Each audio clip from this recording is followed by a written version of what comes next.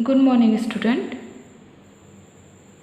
आज मैं कृतिका भाग 1 का पाठ मेरे संग की औरतें, जो कि मृदुला गर्ग द्वारा रचित है, एक संस्मरणात्मक गद्य है, उसको संक्षिप्त रूप से आपके सामने वर्णन करूँगी।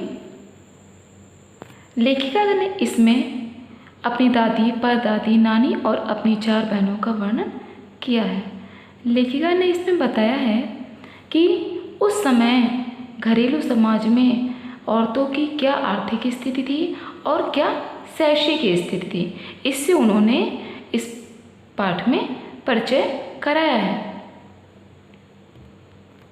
लेखिका ने बताया है कि वह अपनी नानी को देख तो नहीं सकी थी क्योंकि उनकी मृत्यु उनकी माँ से पूर्व हो गई थी।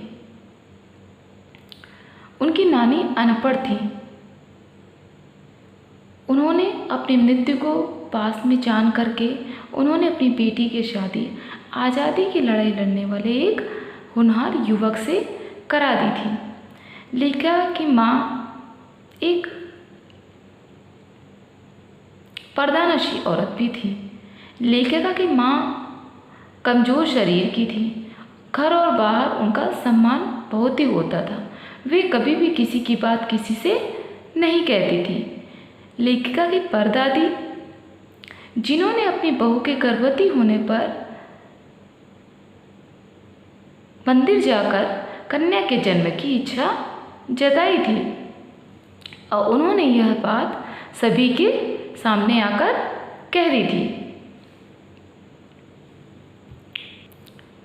15 अगस्त 1947 को देश में जब जन्म आज़ादी की लड़ाई का जश्न मनाया जा रहा था, तब लेखिका को टाइफाइड बुखार हो गया था। तब लेखिका के पिता ने उन्हें ब्रदर्स कारामजोग नामक एक उपन्यास दिया। लेखिका ने अपनी नानी दादी के पश्चात अपनी बहनों का वर्णन किया है। लेखिका की बड़ी बहन, जिनका नाम मंजुल भगत था, वे हिंदी में लेखन कार्य करती थी। लेखिका दूसरे नंबर पर स्वयं लेखिका थी, जो हिंदी में लेखन कार्य करती थी।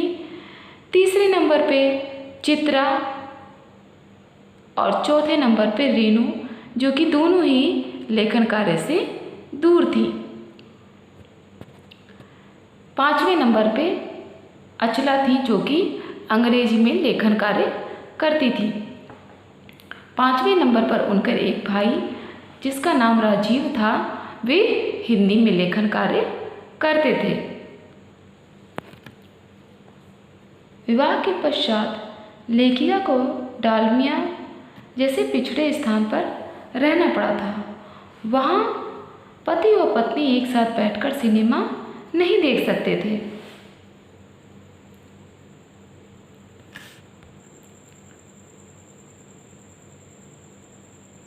लेखिका ने वहाँ पर कैथोलिक बिशप से दरख्वास्त की कि उनका मिशन वहाँ के सीमेंट कारखाने की आर्थिक मदद से हमारे कस्बे में एक प्राइमरी स्कूल खोल दें। वहाँ पर स्कूल न खुलने पर लेखिका ने निश्चय किया कि वह स्वयं ही अपना एक विद्यालय खोलेंगी। कुछ समय बाद उन्होंने हिंदी, अंग्रेजी और कन्नड़ 3 भाषाओं वाला प्राइमरी स्कूल खोल दिया। लेखिका ने उसे कर्नाटक सरकार से मान्यता भी दिलवाई। आगे लेखिका कहती हैं कि सच अकेलेपन का मज़ा ही कुछ और है। यहाँ पे हमारा इस पाठ का सार समाप्त होता है।